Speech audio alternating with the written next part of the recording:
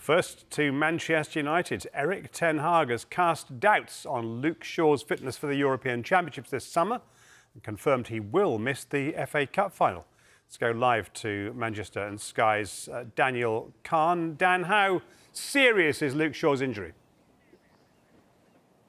Yeah, good evening, Nick. Well, we know Erik and Manchester United have really struggled with defensive injuries this season, whether it's been centre-back or other positions. And those other positions have been left-back because Tyrell Malacia, but also Luke Shaw have missed a lot of game time this season. Luke Shaw especially, he's missed 25 Premier League games through injury. He's not played in the league since the 18th of February when they took on Luton. And as you mentioned, that it's a bit of a worrying time, isn't it? Because Manchester United have an FA Cup final next weekend against Manchester City, but also the Euros this summer. And with Gareth Southgate naming a provisional squad early next week, there are question marks around any England players or potential England players who could be selected. And two, especially at Manchester United, are Luke Shaw and Harry Maguire. This is what Erik ten Hag had to say about them both. For England, I can't say. It's not up to me. But for the cup final, we're working on.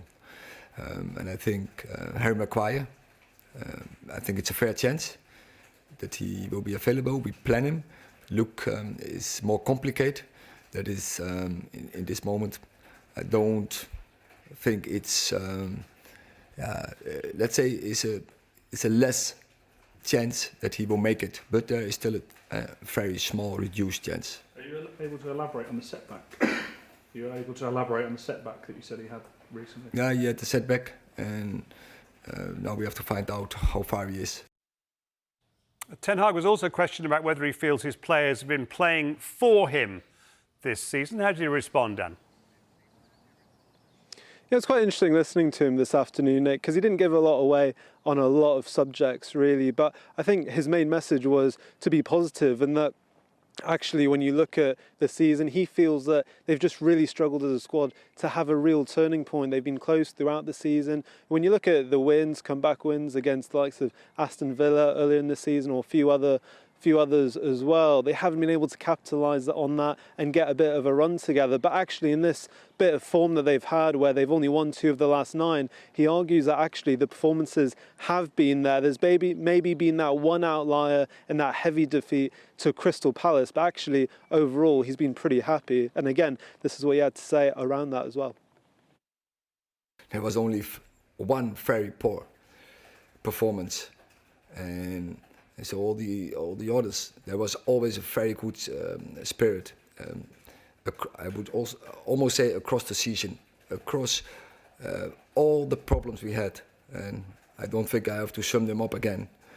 But we have had them. But the spirit in the team, the fighting spirit, was always there. The dynamic was always there, and I think we had also some good performances, even when the best players were not available.